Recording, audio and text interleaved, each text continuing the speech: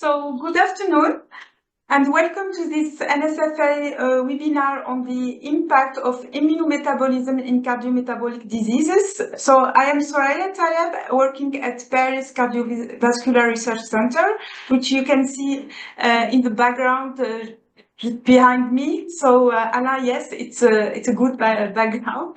So I'm pleased to moderate this session. So we have today three excellent speakers. So the first one is Jan van den Bossche.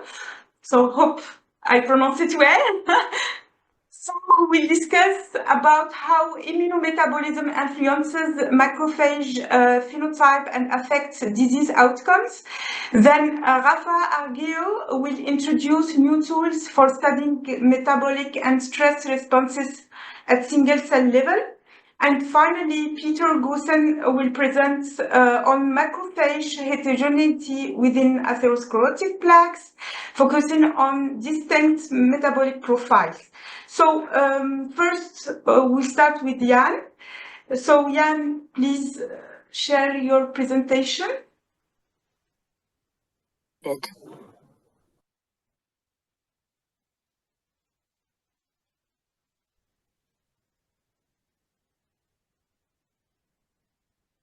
Yes, here we are. This is working, right? Perfect. Okay, great. Thanks for the introduction, Soraya. At my background, you could see the Greek island Crete. I'm actually at the Innate Immunity Conference. Pretty cool that you can present at two locations at the same time, more or less. Thanks for the invitation. Thanks for the introduction. As said, I will introduce this lecture with some data on how immunometabolism is at the roots of inflammation in cardiovascular disease. So when I needed an introductory slide, some of my PhDs said, yeah, you should ask ChatGPT for this. So I tried, and this was pretty useless. So there's new cell types, new metabolic pathways.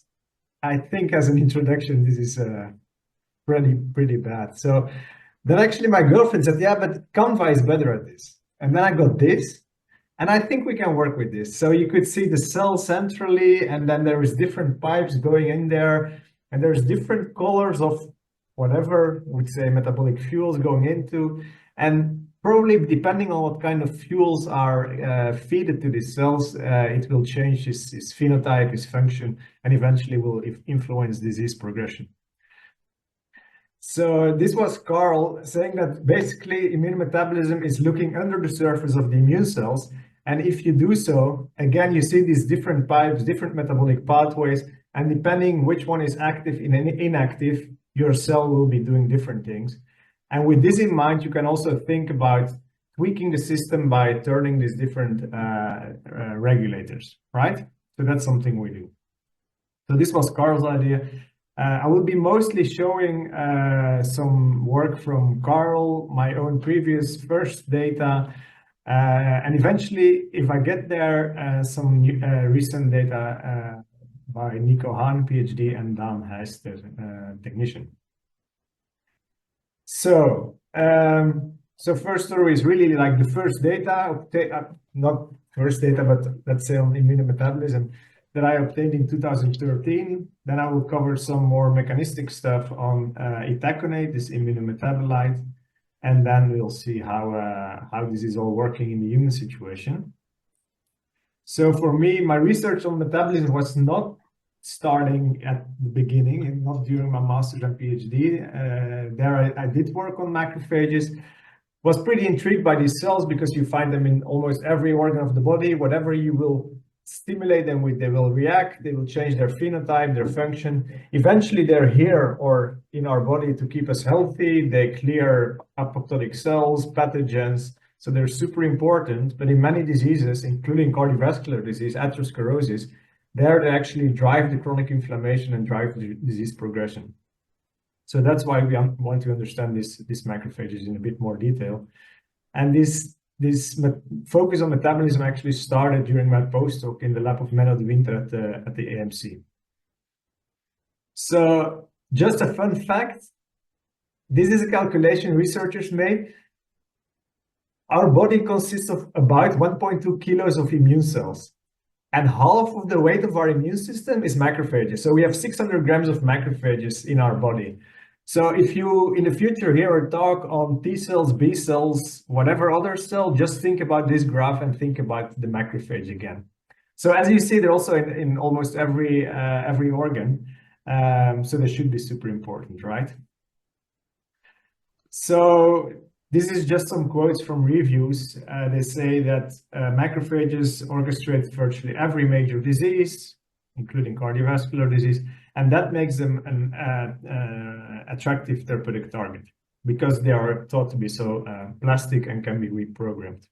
So this was a review from 2019. They're all repeating the same things and sometimes also a bit incorrect, let's say. This is a statement from Antonio Sica and Alberto Mantovani, stating that reshaping this deranged macrophage polarization is the holy grail of macrophage therapeutic targeting. And this is based on this belief that these phenotypes are reversible in vitro and in vivo. So again, very black and white. Now with all the single cell techniques, we know there are many more different cell types or macrophage subsets, but especially in these days, you could still talk about M1, M2. I will still do this. The M1s you should think as the more inflammatory ones, so they drive the disease progression in atherosclerosis. So they are the one you would like to target. The M2s are more the anti-inflammatory ones, the homeostatic reparative ones, if you want. So this is the idea. When I started my postdoc, I was not supposed to work on metabolism, but rather at epigenetics. And we had a big library where we wanted to try to reshape or reprogram these macrophages from an M1 to an M2 site. So basically eliciting anti-inflammatory effects. So this is the repolarization model that I used and started. So we use human monocyte-derived macrophages obtained from the blood or mouse bone marrow-derived macrophages. Then we have this naive control. We have IL-4 treated M2 macrophages. And then we have macrophages that we stimulate with LPS interferon gamma. So those are inflammatory macrophages, or M1 if you want. Then we do a wash, we treat with IL-4, and then we have these repolarized macrophages, right? Now, based on all these reviews and statements, we thought these two states should be kind of comparable. And we actually wanted to improve this repolarization. Now, quite to our surprise, we found that once your macrophage was inflammatory or M1, it didn't reprogram to an M2 state anymore. So this is shown by 3 IL-4 induced surface markers, nicely induced by IL-4. But if your macrophage was first in M1, it doesn't turn all these IL-4 induced markers up. So this is something we wanted to understand. Tried a lot of epigenetic compounds, didn't really succeed. So we had to try something different. And then I got inspired in 2013 at this immunometabolism conference. Well, actually, it was not an immunometabolism conference because at that time, the term immunometabolism was not a term yet. So, but it was basically the regulation of the immune system by metabolism.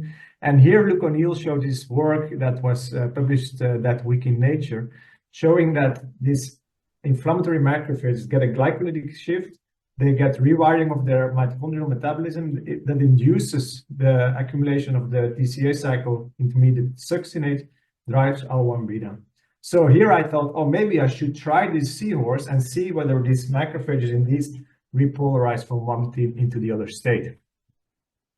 Because indeed what was shown here is that M1s are glycolytic and the M2s are high in OXPHOS or mitochondrial respiration. So this is what we did. So we used the seahorse, pretty simple. You measure the protons and oxygen. So you calculate the extracellular acidification rate as a measurement for glycolysis and the oxygen consumption rate as a measurement of mitochondrial respiration. And while doing so, you can also add different substrates, different inhibitors, and follow how this changes over time. Details are not so important, but what I want to show here is that the ECAR, so glycolysis, is the highest in the blue in the M1s, and that the OCR, so the mitochondrial respiration, is highest in the M2s in pink here. So that nicely fitted with literature. What was actually pretty striking and not described at that time was that these M2 macrophages, the M1 macrophages in blue show mitochondrial dysfunction and a complete suppression of the OCR here, right? So we thought maybe this kind of suppression of mitochondrial function prevents the reprogramming from M1s to M2s. So that's something we wanted to understand. This is the nice graph that actually made it to the paper. And we wondered, okay, how can we promote this mitochondrial respiration with the aim to promote anti-inflammatory macrophage responses? Again, tried a lot and found out that eventually this 1400W inhibitor, which inhibits inducible nitric oxide synthase, at least partially restores this mitochondrial respiration. Fun fact, if you then look at their actual phenotype and function, you could see that inhibiting inos in this first step promotes the actual repolarization of M1 into M2 macrophages. So this is the graphical abstract. M1s don't repolarize to M2 because LPS and interferon gamma induce things like nitric oxide that block oxidative phosphorylation, and this is actually needed to get a proper IL-4 response. So if you block inos, you can partially restore OXPHOS and promote the reprogramming into an anti-inflammatory state. So this was 2016. This nicely contributed to the view that M1s are at the high glycolysis site, so they generate their ATP fast, but it also makes that these cells are generally short-lived, like neutrophils also, for example. M2s, on the other hand, are more at the high OXPHOS mitochondrial function site, so they get sustained ATP production and makes that these cells can be also more long-lived, which can, for example, be important to fight helminths. What we added to this picture is that in inflammatory macrophages, you get mitochondrial dysfunction, and maybe you should not call it dysfunction, but at least changes or rewiring, because there the mitochondria are not really meant to make ATP, but they make a lot of different metabolites, reactive oxygen species to actually drive inflammation and a proper anti-bacterial response, for example. M2 macrophages, on the other hand, they're metabolically pretty fit. So this is a kind of perspective we wrote in 2017. And here, actually, it was still a black box. So how are these metabolic changes translated into immune functions? Nowadays, we know that this is mediated by metabolites. There is epigenetic changes. There is a high crosstalk. Another key question we highlighted is how changes that we observed in vitro can be translated to the in vivo situation in the mouse and to the human situation, right? So this is two topics I would like to cover now.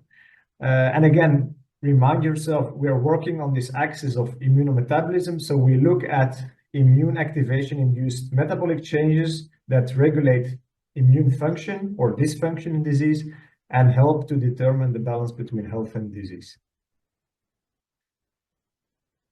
So I put this slide here not to scare you, but just to introduce the concept of immunometabolites to you. So at the left, you see the TCA cycle, like we all learned at school. It's a cycle. The purpose is here to generate ATP via oxidative phosphorylation.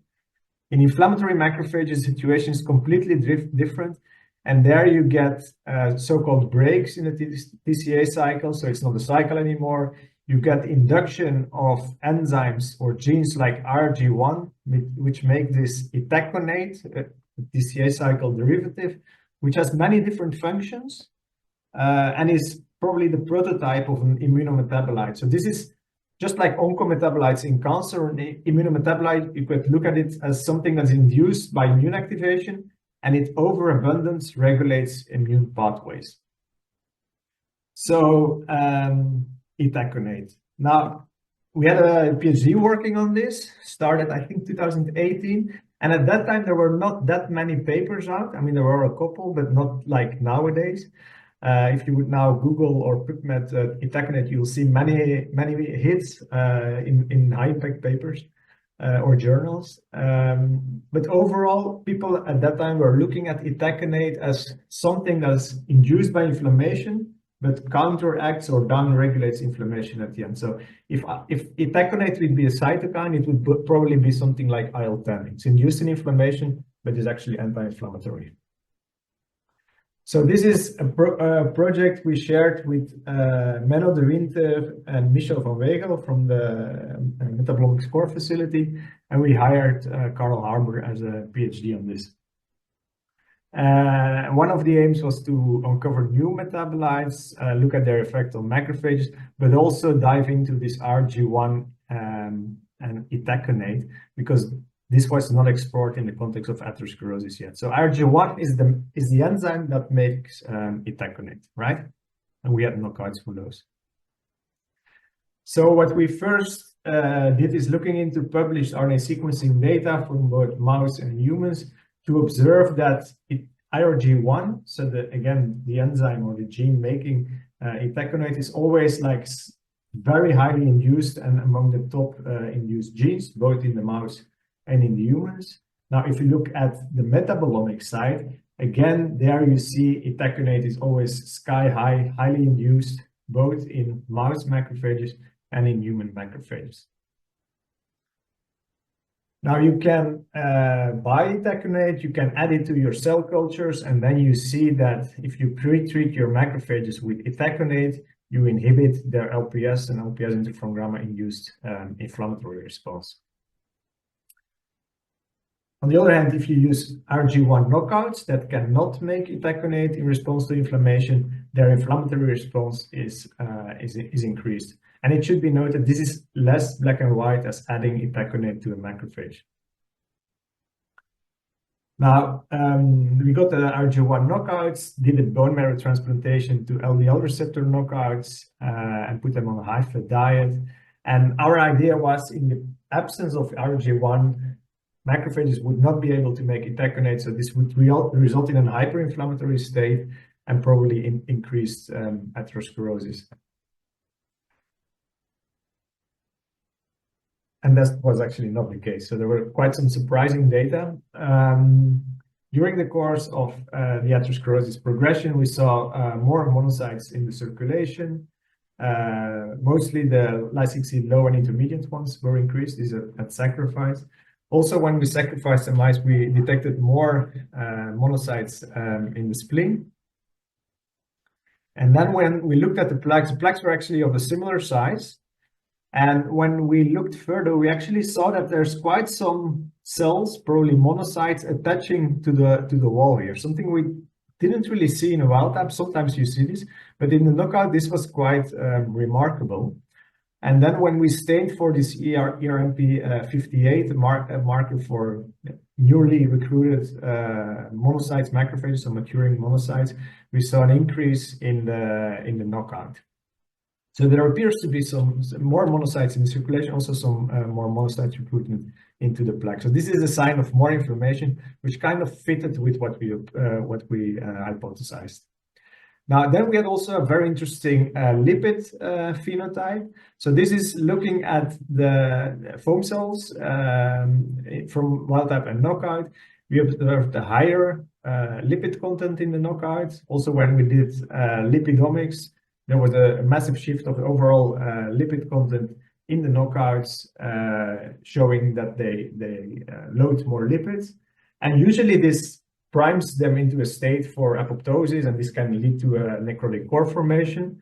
But this is the in vivo quantification. Here we actually just marked the region of macrophages, counted the number of nuclei, and by doing so you could kind of estimate the area per cell, which was again some higher in the knockouts.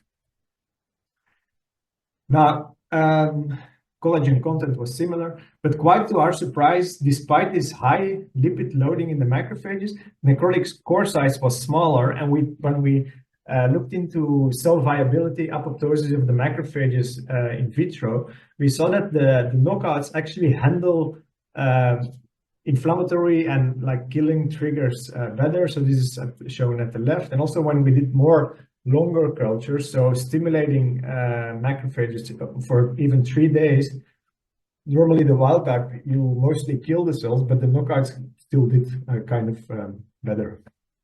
So somehow they're protected. And how, we actually don't understand.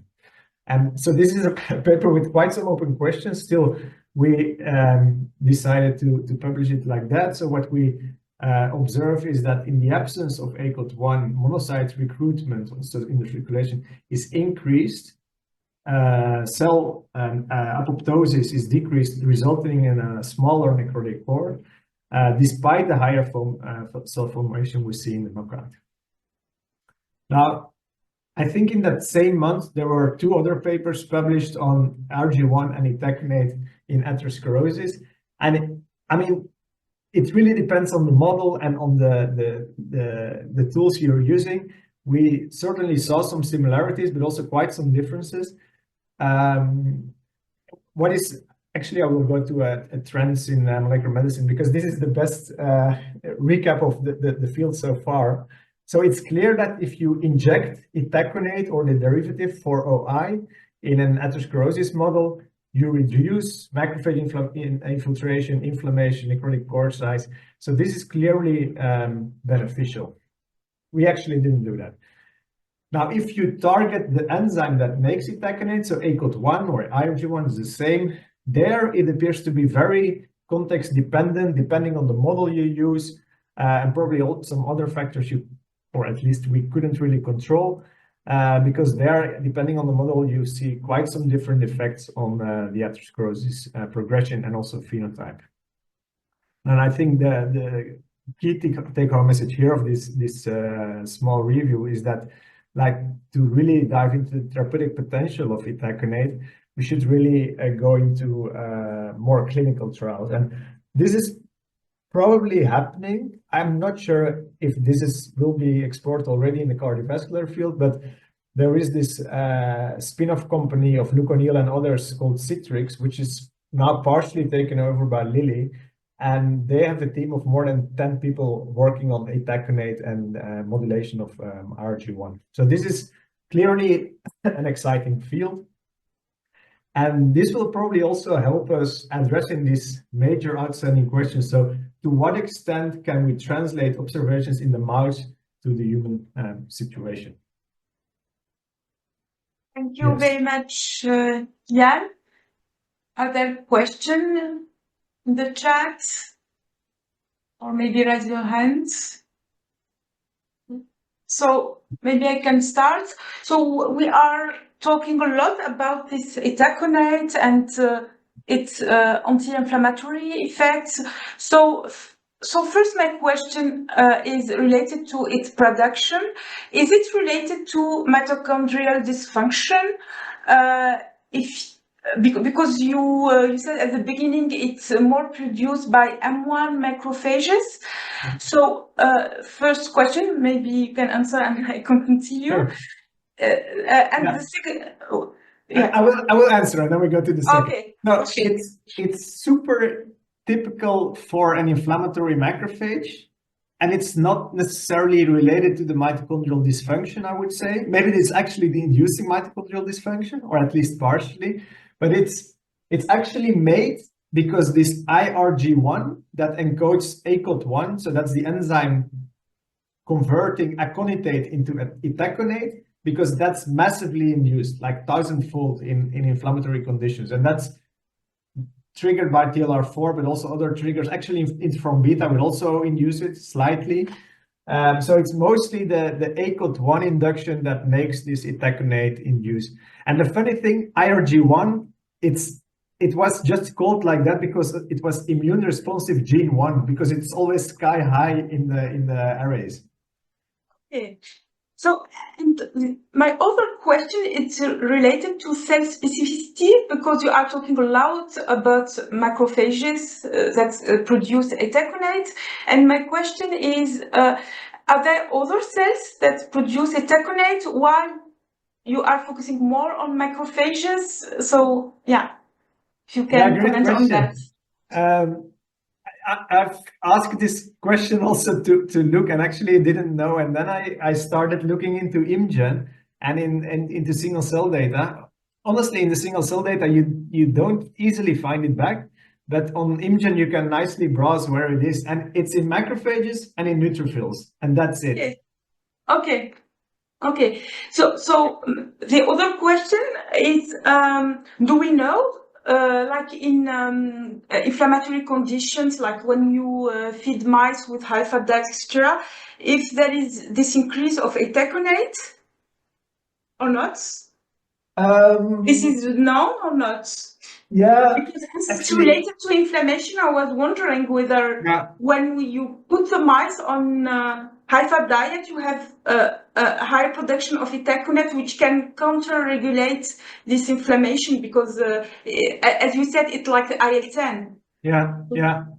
So there is not a lot known on this. And actually, I don't know if there is something published already, but I know that Nicolas Venteklev, he looked into RG1 and itaconate, and there appears to be something. If you compare lean versus high fat adipose tissue, there is some differences. And I think someone, it was actually, I don't remember, someone tried comparing also the wild type and the knockouts there, but there honestly I don't know if that's already published.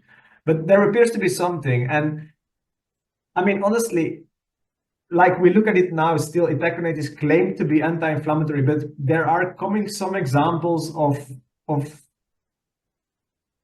settings where the RG1 knockout turns out to be less inflammatory. So that's actually arguing against an anti-inflammatory role of itaconate or to a role of RG1 unrelated to itaconate. That's another option.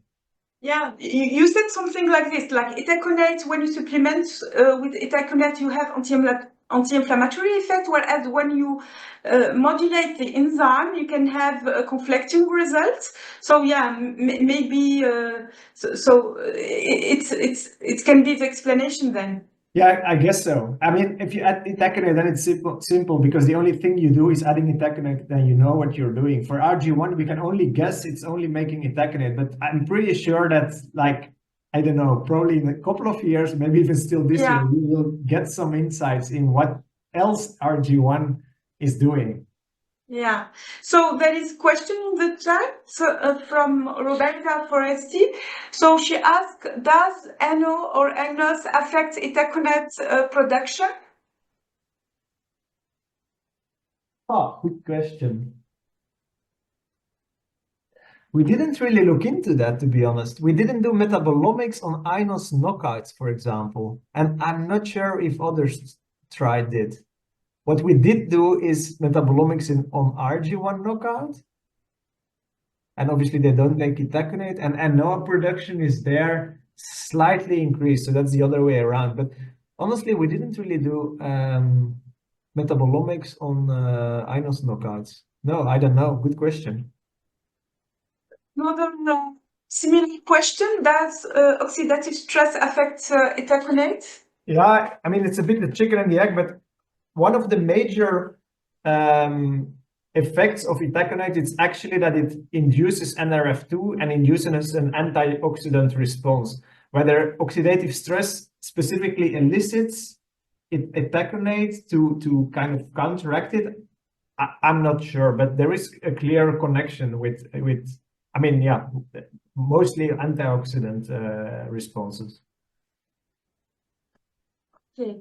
So are there other questions? So you can use the right hand icon if you want to speak directly. No, there is another question in the chat.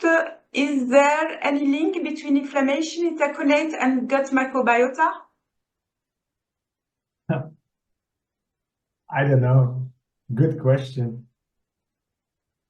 I have no clue if the gut microbiome has ever been linked to itaconate. Probably. I mean, now if you change metabolites, you can impact microbiota. So yeah, I think probably there is a link, but whether the link is causal is another question. True, 100%. So okay, so thank you very much, Jan. So yep, we will move to the next presentation by Rafa. So thank you, Jan. Here I am. Thank you. So now I have to share the screen. I will share this PowerPoint and you will tell me if it's working, please. Ça marche? It works? No. Huh. Okay, so let me stop. Do it again. Yes. Huh. It works. Yes. That's a relief. Okay, so merci beaucoup. Thank you very much. Gracias. Dankeschön.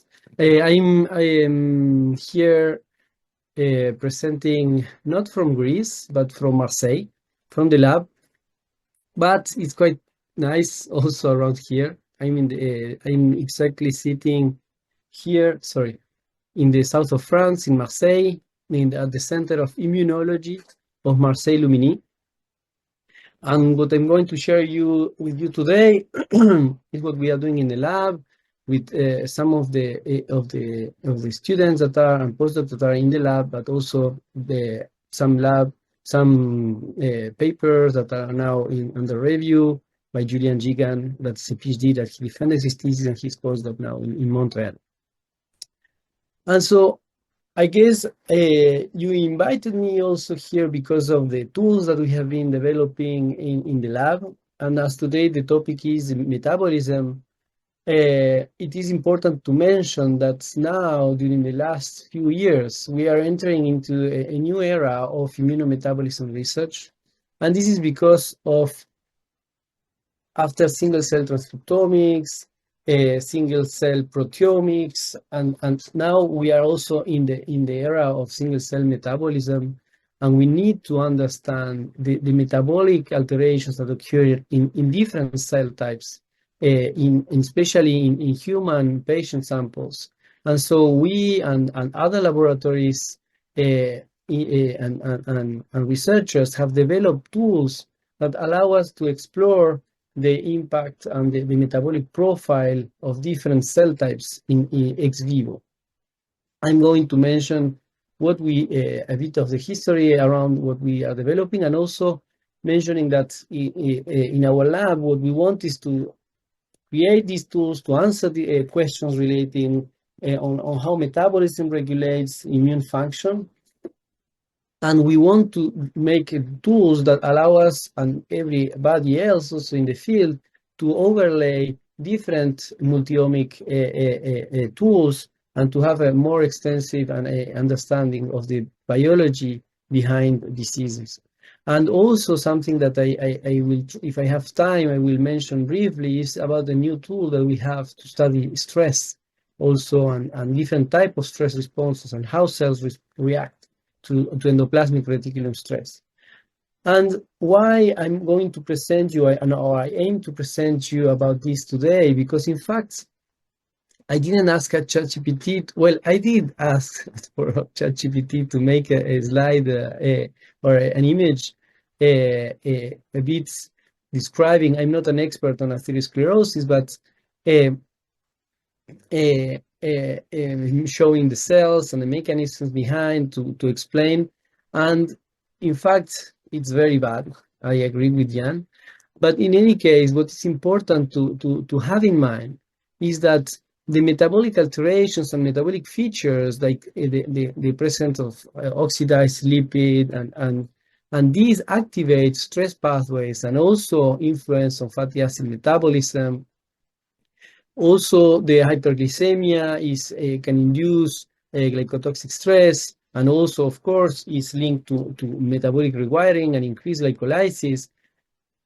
But the most important thing is that the way the cells react to this stress can induce, for example, apoptosis in endothelial cells and make the plaques to be less stable and be linked to a bad prognosis. So the mechanisms behind the physiopathology of atherosclerosis involve metabolic changes and metabolites that impact also in metabolism, of course, on energetic metabolism, but also induce stress in the cells. And so that's why I'm going to present you today first a tool that we developed some years ago that is called Zenith, and then after our new recent developments on stress responses analysis. So to have in mind, when we started to be interested in studying metabolism, and we wanted to analyze multiple different cell types in parallel, of course, we wanted to do functional analysis. It is much, for example, the seahorse analyzer, it was very useful for us at the beginning, because we could really see how the cells were responding and functionally responding to very specific metabolic inhibitors. But of course, for that, we were needing to purify the different cell types from the samples, from the blood, or other tissues that you might be interested, like arteries, etc. And then we will need a large amount of sample, put themselves in cell culture media, and all these parameters or requirements are not really compatible with ex vivo analysis of human samples, but neither in mouse samples. So just to put you a bit to think on the way I was kind of thinking at the beginning on this project, and when I started with this idea, I wanted I would like you to share a question that I have. How much ATP our body consumes per day by the protein synthesis machinery? So usually I would ask you to, sorry, I have a problem with that. Yeah, it's here. So how much, oh, sorry, the response appeared. Anyway, how much ATP our body consumes in protein synthesis per day? And if I ask you this question and I ask you to react in the Zoom, you can do like with a finger. I don't know if you know how to do it, but if you go below and you put react, you can put a finger on when you believe. For example, do you think that our protein synthesis machinery in our body every day, in average, consumes 35 kilograms of ATP? Those that think that is 35 kilograms, put a finger in the chat. I will see it here as a response. Okay, those that think that it is 3.5 kilograms, if you can, please put a finger up. Those that think that is 350 grams per day, put a finger up. And those that think is 35 grams. In general, I would do this in an audience, so you will raise your hand and it will be more funny. But in any case, our body consumes per day, in average, in 35 kilograms of ATP. Our protein synthesis machinery consumes 35 kilograms per day. This is a bit difficult to understand, but it's true. Our translation is the most expensive metabolic activity in resting conditions in our body. And in fact, in the total, our body per day consumes 70 kilograms of ATP. This means 30 grams per minute of ATP. Again, this sounds like an astonishing amount of material. And if you think more in detail and you go to the next question, like how much ATP our body has at a particular time point. So do you think is 100 kilograms? Well, at one point, it's very difficult that we could have that. But in any case, the correct answer to this is not 10, is not 1 kilo, is 100 grams. So in fact, we have a small pool of ATP molecules, that is 100 grams, that is cycling and being reconstituted over 1,000 times during the day. And this make us to consume these 30 grams of ATP per minute that get reconstituted all the time. And so following the logic and the idea of Jan of putting some numbers and try to put this in context, I wondered how much ATP we should eat to produce these 70 kilos of ATP. Okay, so something that we know is that, of course, 70 kilograms of ATP is equals to 138 moles of ATP. And in fact, we know very well that when we oxidize and we do the glycolysis and oxidative phosphorylation of the pyruvate, what we produce is enough energy, I will put it in those terms, to create or to regenerate 32 molecules of ATP. So 32 molecules of ATP are recycled with 1 molecule of glucose. So with 138 moles of ATP, that is the 70 kilograms, for that we need 434 moles of glucose.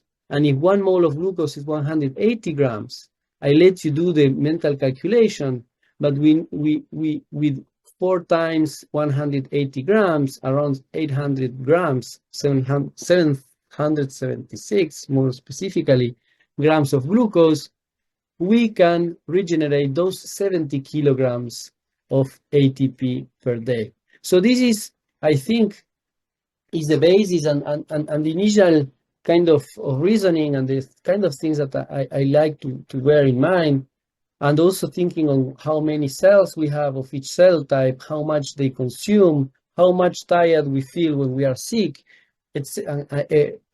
I started to think of how we can use protein synthesis to monitor energetic metabolism. And in fact, this was maybe now it's obvious, and many people would say it's very obvious. But when we published this, or when we started studying this, there were some publications, for example, and we knew very well that protein synthesis, we were very expert because we developed the first monoclonal antibodies in this laboratory for monitoring translation, especially by Western blot, where we could, for example, inhibit the translation initiation, and we can allow the ribosomes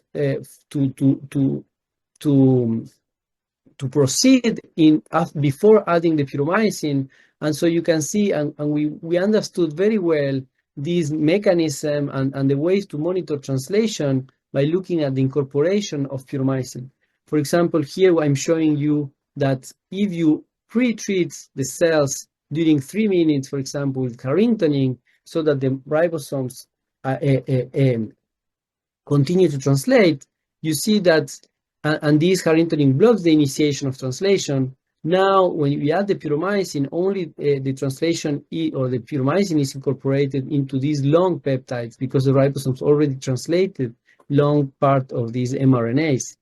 And also, if we add the emetine, for example, that blocks the elongation of the ribosomes, this allows us to even if we add carintoning and we wait time, as the ribosomes, we are not letting them to advance in the mRNAs, we add after the puromycin, and we can see that it is still incorporated in all the ribosomes along the mRNA. So basically, for monitoring translation, this system with puromycin and pyromycinylation, that is a tRNA amino acid analog that will enter into the ribosome, is a very, very well characterized and has been used for many, many years.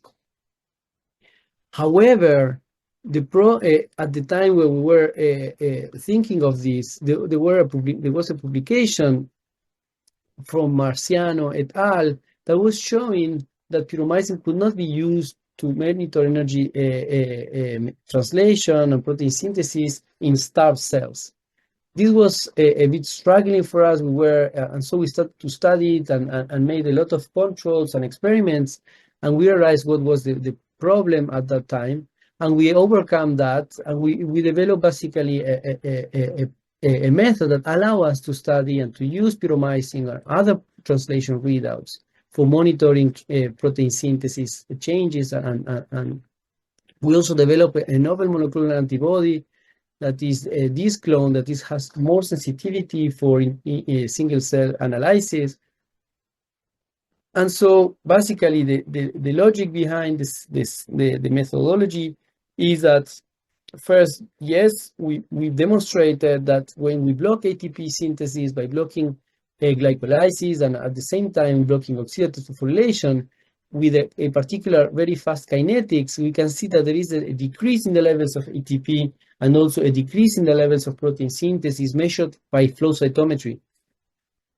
And in fact, this tight correlation between the levels of ATP and the levels of protein synthesis in the cells allowed us it was the principle to continue and develop this Zenith method that is based on the principle that when we block a particular energetic metabolism pathway, if that cell is dependent and cannot don't have the capacity to exploit other pathways to compensate and to maintain the ATP synthesis, then the ATP synthesis will decrease, and this will induce a decrease in protein synthesis, and this is what we are going to measure in single cell suspension. So this is a different readout as compared with the seahorse. This is an intracellular readout, cytoplasmic readout.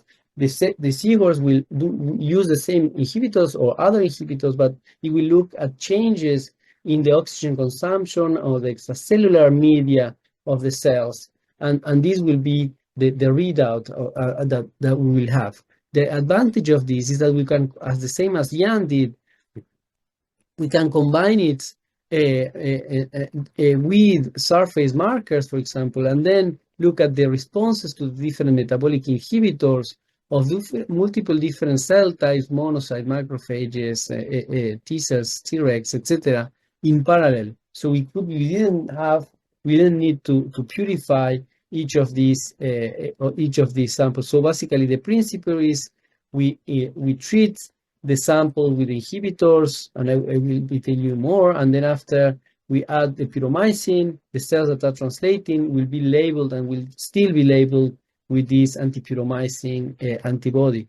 And in fact, when we want to analyze patient samples, the best and the less invasive sample that we can have is, for example, one of the most invasive samples is blood. In the blood, we have different cell types that, depending on the state of activation, the polarization, the type of cytokines, etc., they can have different activation of different metabolic pathways. You can have some cells like neutrophils, for example, in the blood that have high glycolytic capacity. They can sustain the translation only by using glucose as a source of energy. There are some other cells like monocytes, for example, that they will use glucose a lot, but also they will use the acetyl-CoA, the pyruvates acetyl-CoA in the mitochondria to use oxphos and produce much more of this ATP. And then there will be other cell types like, plasmacytoid dendritic cells, and some other cells that have higher fatty acid oxidation, or naive T cells that have higher fatty acid oxidation and amino acid capacity. So again, and to summarize what we do in the Zenith, or the logic on the experimental part, what we do is that we take a sample of blood, for example, we treat with the different metabolic inhibitors, specific metabolic inhibitors, and then if the cells are dependent on that pathway, the ATP decreases, translation decreases, and we measure that. We use inhibitors of the mitochondrial respiration, and we see cells that are dependent on the mitochondrial respiration to obtain their energy and maintain translation. And then after, we add a panel of antibodies that allow us to find those subsets of cells that are of interest. And then using only this translation, this channel of protein synthesis as a readout combined with a large panel of surface and functional markers, we can identify cells that are dependent on glucose and also mitochondrial respiration, or cells that are only dependent on glucose, but they have high glycolytic capacity and they have low mitochondrial dependency, etc. And so with this, and I will not go in a lot of detail, but we can extract the glucose dependence, the mitochondrial dependence that can be calculated with using different formulas, but you can, basically the important thing is the pattern of change of protein synthesis upon inhibition of the pathways. And the advantage is that instead of doing it in a bulk, we are adding a panel of markers, looking at different subsets, for example, of T cells that were purified here, but they were not pure enough. Of course, there are different subsets of T cells. And here you can see that even in this heterogeneous population of T cells, you have naive cells that are highly dependent on the mitochondria, and some other subsets that are less mitochondrial dependent. They have higher glycolytic capacity, that are already in this non-activated T cell population that is highly heterogeneous. And so there were a lot, and as I mentioned, there was a huge interest on immunometabolism field, and there were a lot of people interested in studying different subset of cells that were low in abundance. And so we started to get a lot of contacts from multiple laboratories from all around the globe. This technology was patented by the INSERM transfer. And so at the beginning, we started to create MTAs, and INSERM transfer was like very overwhelmed about this because it was taking almost 1 year of negotiation. So the good news is that recently, like this year, there was a startup created. I am the scientific advisor of this startup, but now the kids for these analysis, and they have the exclusive license, so it is now commercially available. But on the other hand, what we are interested and what we are developing is to adapt this technology to be able to directly analyze whole blood. I will mention briefly this, and we are also developing spatial senates. Also, we are developing larger sets of metabolic inhibitors of different pathways, and for those that have been in recent conferences, I have also been presenting our new development, the EPIC Senate, to combine epigenetic and metabolic analysis with single cell resolution. But just to briefly introduce something that I think can be interesting for this audience is what we developed for monitoring patient samples and alterations in the metabolic and epigenetic profile in circulating blood samples. So we optimized a method, a protocol that you can take directly the whole blood without preparing the PBMCs, directly treats with the whole blood containing the metabolites alterations, the lipids alteration, etc. Fresh blood samples, treat them inside the blood with the inhibitors on the pyromycin, and after 40 minutes, these samples are stabilized and frozen. And so we can create cohorts very easily in a very simple way in hospitals. And now we are collaborating and we are creating cohorts of patients with cancer, sepsis, and also we are aiming to study healthy and aging. So and this can be applied for different diseases. Some of them are in collaboration, some others are laboratories that are contacting us, and now they are doing this by themselves. And so this is very nice, and I think it will be interesting as an approach for cardiovascular diseases.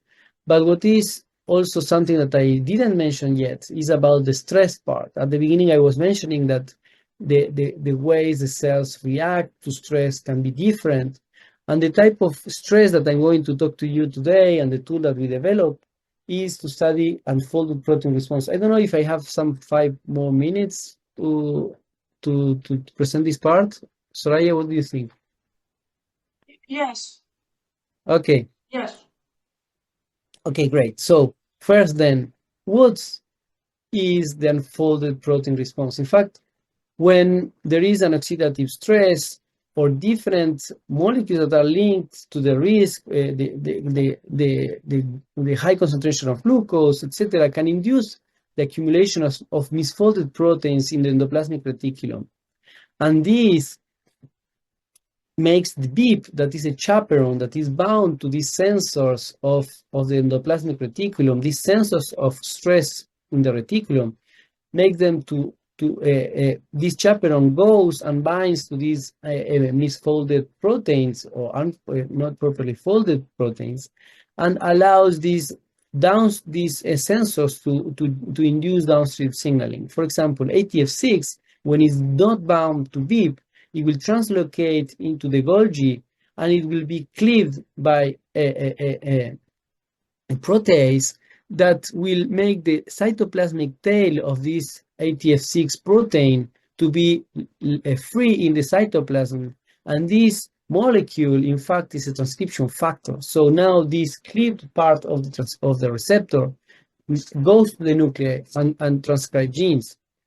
Another sensor is IRI1, is not IRG1, is IRI1, nothing to do with that, with IRG1.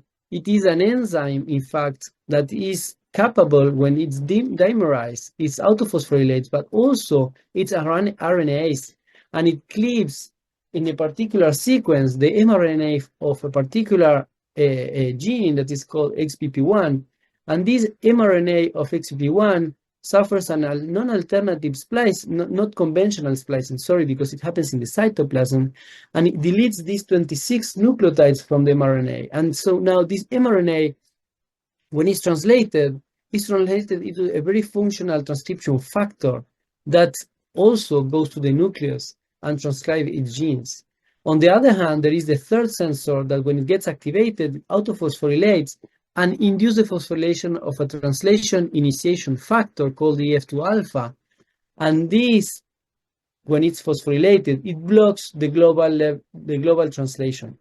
So, and is induced a transcription factor. So what is important to have in mind here is that depending on each sensor that gets activated, we have an outcome in the cells that reduce the production of new proteins to stop accumulating proteins.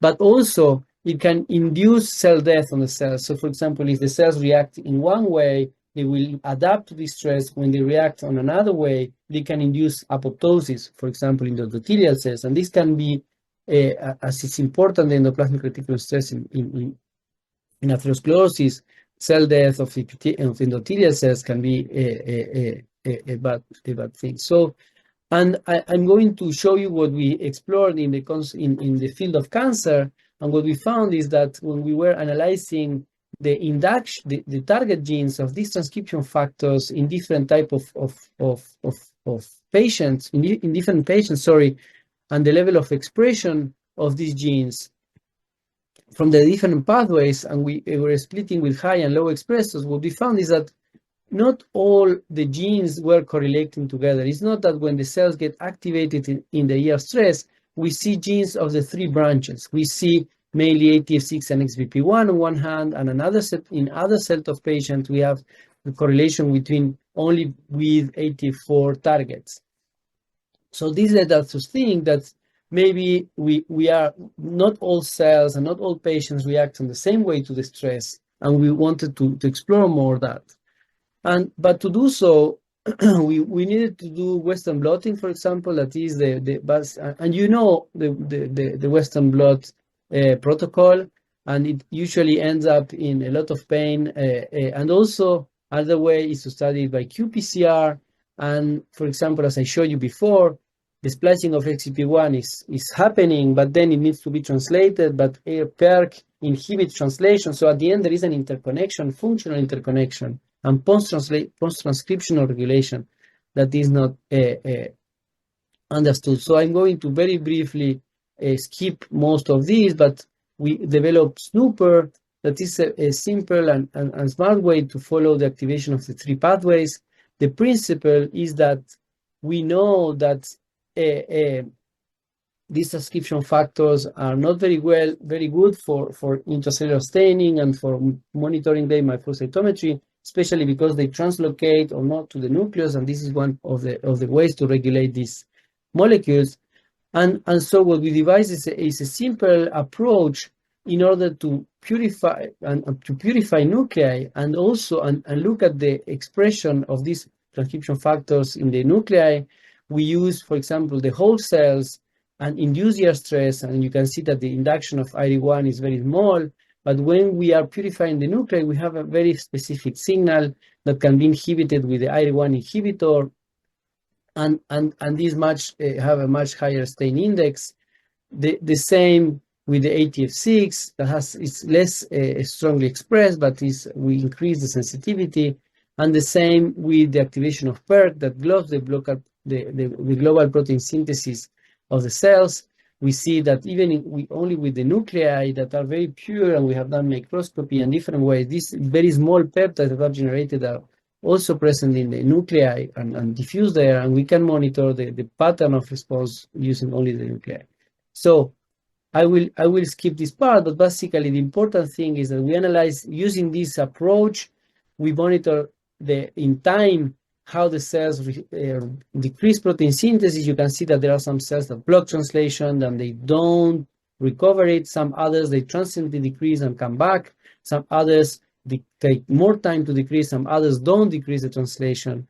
And also, if you look at the ID1 responses, not all the cells react and induce the same level of ID1 in their samples. And so we monitored the induction of ER stress by bortezomib, that is an inhibitor of the proteasome, and we found that, in fact, when we treat with proteasome inhibitor bortezomib, you see that most of the cells die, but there is a percentage of the cells that are resistant to the bortezomib that when we add the inhibitor of ID1 pathway, these cells die, meaning that these resistant cells really depend on the XBP1 target pathway and the XBP1 genes in order to survive to these therapies. And so, and just to finish the last slide, what we did is to then, if this pathway is important on the resistance to the bortezomib, we went and we analyzed the transcriptomic data from the first clinical trial on bortezomib using and splitting patients in high and low expressors of XBP1 signature. And indeed, we find that patients that we have high signature of XBP1, they don't respond well and they have a fast progression, while the ones that are not having this signature, they respond very well to bortezomib alone. And this was not the case when we were doing other cohorts of different treatments.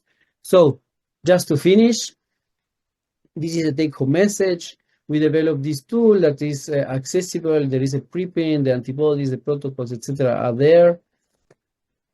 That and also and using and combining these, we found that looking at the ways and we can modulate. I didn't mention it here, but we can modulate, and that translation regulates, in fact, the expression of XP1. It's an upstream regulator of this pathway. And this pathway is associated with bad prognosis or bad response to bortezomib. And so if you are more interested in the metabolism part and metabolism news, yeah, I hope I let you to go and visit our website. We created this Immunometabolism network, and we are organizing this meeting next year in June 26th, so save the date. So thanks to the people in the team and the funding, and of course, all the collaborators, and you for your attention. Thank you very much. You. I'm sorry for if it was longer than. Thank you, Rafa. Yeah, it's definitively a powerful tool. So we have a few time for some burning questions. So there are some questions on the chat. First question, have you tried inhibitors of fatty acid oxidation or inhibitors of glutamine synthesis? Yes. Yeah. In fact, we published in 2022 in Nature Communications. You can go to the paper. We use the tomoxir and also glutaminase 1 inhibitors. And like that, we can extract the fatty acid oxidation dependency and the glutaminase oxidation capacity in the cell. So yeah, this has been done and is there in the paper for you to take a look. So, are there other questions? Can raise your hands also. So maybe general question. So I think this CNET can really help to predict treatment response, and it seems really powerful. So I wondered, because in your last example, you say that when you stress the cells, you have many pathways that can be induced. So what makes you to focus on the 3 pathways that you show us, like XBP1, etc.? So how to choose the right target to follow and to predict the response to treatment? So if I understand, to focus on these 3 pathways, basically. Well, first, because we had patient samples that were having mutations in PERK, and they were having a lupus phenotype, and they were linking it like the way they were responding. So at the beginning, we started from there, and this was one project in the lab, and we focus a lot in the unfolded protein response. So and the unfolded protein response, in fact, it has these three sensors. These are the main three sensors of the unfolded protein response. Of course, there are oxidative stress response, there are viral infection response, there is the integrative stress response, that is another kind of branch of sensors of different kind of stress. But this is three sensors of the same type of stress, and these are the well-known and the well-characterized sensors of this pathway. So if there are some new one, I will be happy to study it. Okay. So another question in the chat: does protein oxidation change ATP demand during protein synthesis? Wait, let me see. So it's in French here. Oui, je vais essayer de traduire. Donc, est-ce que l'oxygénation de protéines augmente ou diminue le besoin?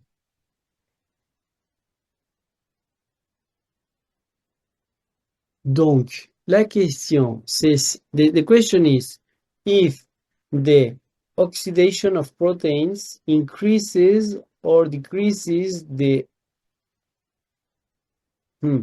Well, okay, I will try to interpret this in a way, in one way, because I think it has many interpretations, the question. But for example, if protein gets oxidized and change their conformation, this can induce ER stress. For example, the cells will block protein synthesis, and this will make maybe more ATP available in the cells, because they are blocking the main source of consumption of ATP, for example. That's one thing.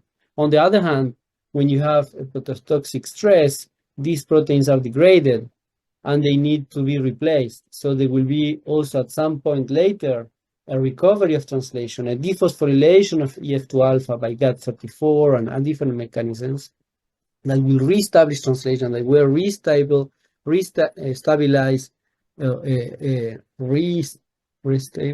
reestablish, sorry, bad friend in French and Spanish. Anyway, they will reestablish the translation and they will start to consume back energy. So I don't know if it answer the question.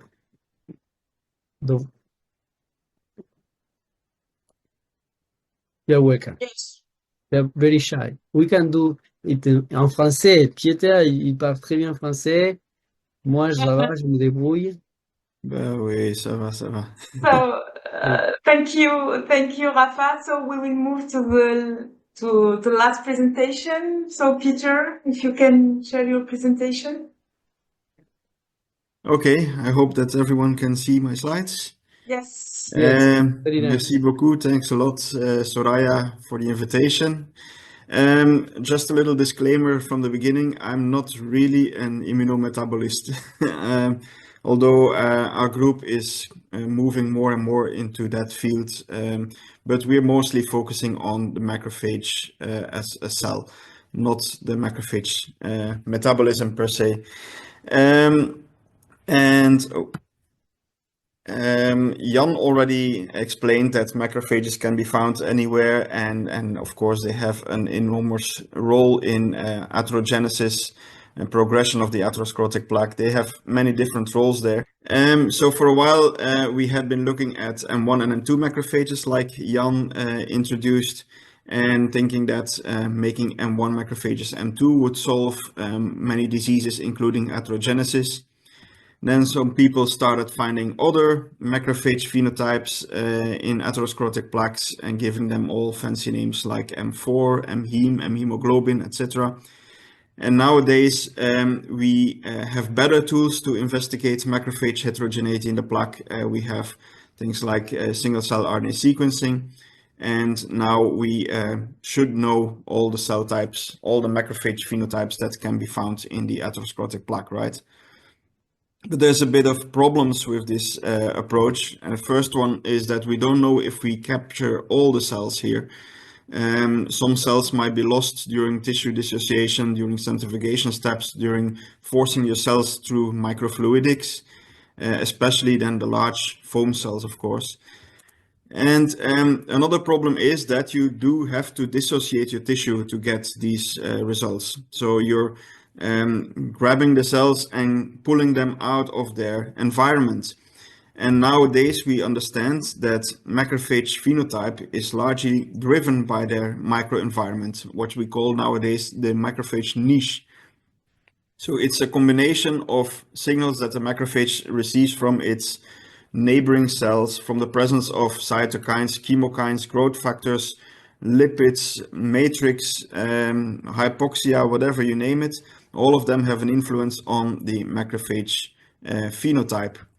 So you can imagine in an atherosclerotic plaque, it matters a lot where the macrophage is as to what signals it receives from the environment.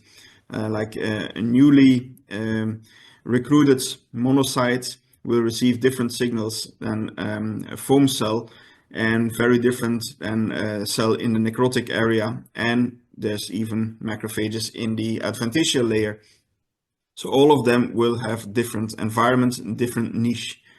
So how do we couple then this environment to the heterogeneity of macrophages? Well, for that we need imaging. And this is how we did it like 15 years ago. We had a lot of serial sections, and on each of them we stained for a phenotypic marker, and then we kind of combine that all in a very general identification of macrophage phenotypes in the plaque. Since then, of course, we have the possibility of doing immunofluorescence, where we can combine more markers in one image. But very soon you will run into spectral overlap, and you will be limited in the amount of markers that you can stain for at the same time. So we were looking for a method to include more markers in our staining, and we ran into the possibility of doing spectral immunofluorescence. And here, instead of imaging a few markers with very specific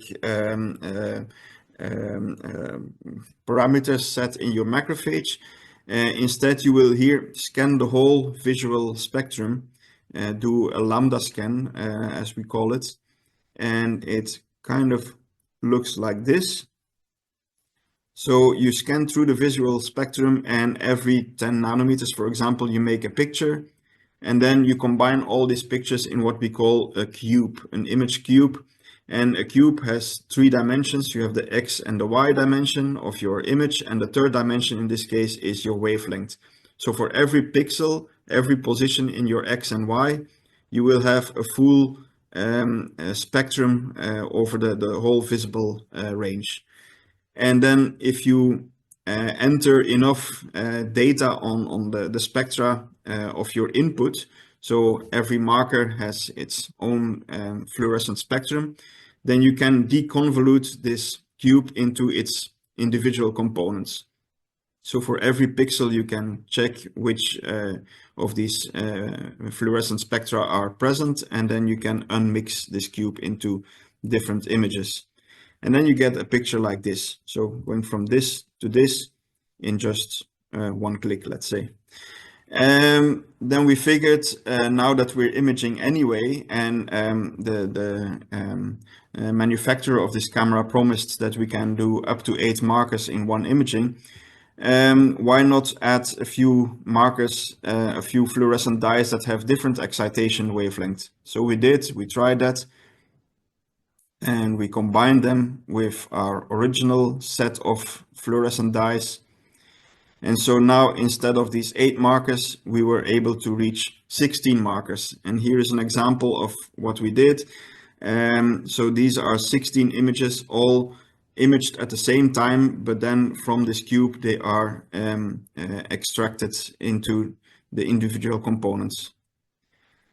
And since the tissue is untouched or relatively untouched, afterwards we can also do an H&E staining, so the pathologist can have a look at it, but also based on that H&E staining, we can detect the presence of the individual cells.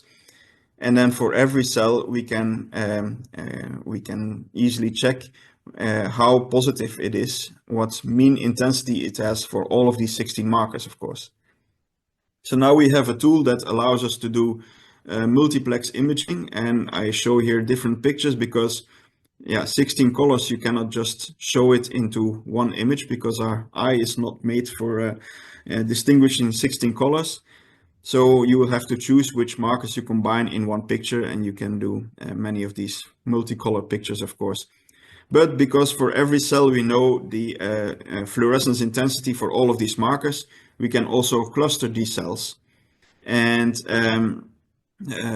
identify them based on their marker expression. And for every cell, we know the exact location, of course. So for every cluster, for every phenotype that we identified, we can have a look at their tissue localization. And all of that is very nice. But then we wanted to further characterize these cells. And for example, we added an antibody against Ki67 in our antibody mix, which allows us for every cell, for every phenotype that we identified, to see how proliferative these are. So there are very proliferative phenotypes, and there are phenotypes that hardly proliferate at all. And the main thing that we wanted to do, of course, is also have a look at the macrophage niche. That's why we were doing this, right? We wanted to see how the microenvironment of the macrophage influences the phenotype. So first of all, we looked at the cellular niche. For every cell, we could calculate its nearest neighbors, and then we would see what phenotypes are co-localizing with what phenotypes. And turns out that cells of a certain phenotype tend to co-localize with cells of their own phenotype. It's something that you see in human behavior, but also in cells, of course. And this kind of proves the concept of the niche, because cells that are found in the same microenvironment tend to take on the same phenotype. So then how to look at this niche in a more molecular way. We started using mass spectrometry imaging. So for those of you that don't know mass spectrometry imaging, it is more or less like microscopy imaging, only that for every pixel, which in our case was 15 micrometers by 15 micrometers, you measure a whole mass spectrometry. And so all these peaks, in this case, we measured lipidomics. So every peak represents one lipid. And then you can look for peaks that are highly present in some regions and not in others. And then you can see that indeed a lot of these lipids have very nice spatial localization.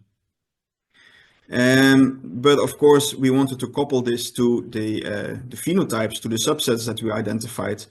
So we overlaid in a multimodal way our MS imaging with our multispectral imaging. And here we see on the y-axis, we see 70 phenotypes that we identified. And on the x-axis, you see 664 lipids. And you see that a lot of these lipids highly co-localize with specific subsets. And even to a point that we can use that to predict subsets. So for example, we identified based on our proteomics 3 different types of foam cells. You have the early foam cells just coming into the plaque. You have the bona fide larger foam cells deeper in the plaque, and in a more necrotic area, you also have quite some smooth muscle cell derived foam cells. Now, if we just look at 60 of these 664 lipids, these ones, it is enough to predict that based on their presence, that a cell in the same location is an early foam cell, a bona fide foam cell, or smooth muscle derived foam cell. The same we did for cells in the adventitia layer. There also we found 3 major phenotypes to be present. Just using 46 lipids is enough to predict at that location what type of these macrophages you would find. So this imaging has now been used in our lab for several projects in different tissues, different disease models, some of them through collaborations, some of them just internal projects. And one of the things, of course, that we wanted to do was also take a look at human atherosclerotic plaque. We are working here in the pathology department. We have an easy access to fresh operation material, so carotid endarterectomy plaques. When an operation like that happens here in the hospital, they call us and we can go and pick up the plaque. So we have large cohorts of these human atherosclerotic plaques. And one of my PhD students, Elias, has been staining these plaques using the multispectral imaging. But at the same time, other methods for multiplex imaging have been rising, of course, and we also wanted to give them a try. So in collaboration with Adrien Guillot in Berlin, we also did cyclic imaging on human atherosclerotic plaques, meaning that you stain for 2 to 3 markers, then you image that, and then you bleach or chemically remove your antibodies, and then you restain, and this you can repeat for several cycles until your tissue is so much damaged that you cannot go on anymore. And so we're currently analyzing these data from this experiment. I wanted to finish in time. I almost did. These people that all dressed in the way that my slide background always looks like, these are the people in my team. But of course, there's a lot of collaborators that helped with all this work. I would like to thank you for your attention and for staying this late, and I'm willing to answer any question you would still have. Thank you, Peter. Really beautiful images. I enjoyed a lot, and we need such kind of study to well characterize what happened in the plaque. So I agree with that. So we have some questions in the chat. First one, did you check HO expression in the 2 different regions? That could also be another marker for old versus more recent bleeding. I have to check if it's in our panel. I don't remember exactly. Maybe if Annick is still here, she can tell us. But I don't remember. I'll have to check. Hi. So I think it is in our panel, yes. And we have looked at it on the imaging data, but I'm not sure yet. I don't remember. I'm so sorry. That's okay. So we have message from Rafa, but I think you can read it. Yes, I will. Thanks for staying, Rafa. It's a pleasure.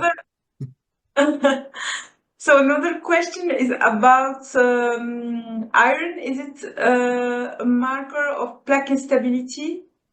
Well, that's a good question. That's something that we certainly need to answer. We know that red blood cell presence is a marker for plaque instability. Iron is what we at least assume a sign of an older bleeding. And the fact that the iron is still there and the plaque hasn't ruptured yet might be a sign that it's not per se showing us plaque instability. We will certainly have a look at that. I mean, we did the staining now on a larger cohort, including stable and unstable plaques, but these stable and unstable plaques have mostly been characterized based on the presence of red blood cells. So this is something that we should focus on in the near future. So another question regarding iron: is it possible to evaluate iron in plaque? I don't exactly know what's. Well, yes. What does it mean?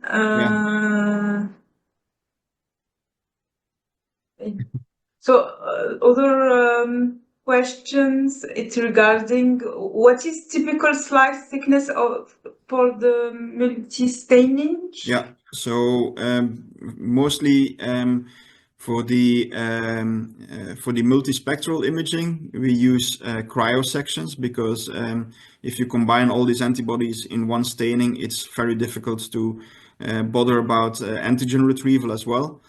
And there we work with sections of 7 micrometers thick, but it can be more, it can be less. And yeah, the steric hindering, for now we didn't have any bad experience with that. So we only use directly labeled antibodies, which already saves you half of the space compared to when you use secondary antibodies.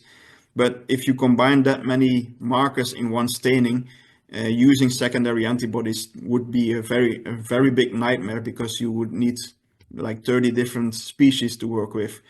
So that's why working with directly labeled antibodies is easier. For the cyclic staining, it's possible to use either frozen sections or paraffin sections. And of course, then with paraffin, you can go lower than 7 micrometers. Another question is regarding oxidative stress in the plaque. Could this impact the stability of certain antibodies that you used? That's a good question. I don't actually know if it would affect the binding capacity of the antibodies that much. One thing that it might affect, we see that these regions with a lot of oxidative stress also have a higher autofluorescence. Now we've come up with ways to tackle this autofluorescence to some extent. And also doing the spectral imaging, we can assign autofluorescence as one separate channel. So we can easily subtract it from the main, the overall signal. But for antibody binding, I don't actually know, to be honest. So a lot of comments about the wonderful images that you show us. I agree with this. So I think we finish now. So with this, we close this session. I have been a pleasure moderating this webinar. We hope to see you at future events, particularly the NSFA Congress on June 18th in Biarritz. Thank you all for joining us and see you. Bye.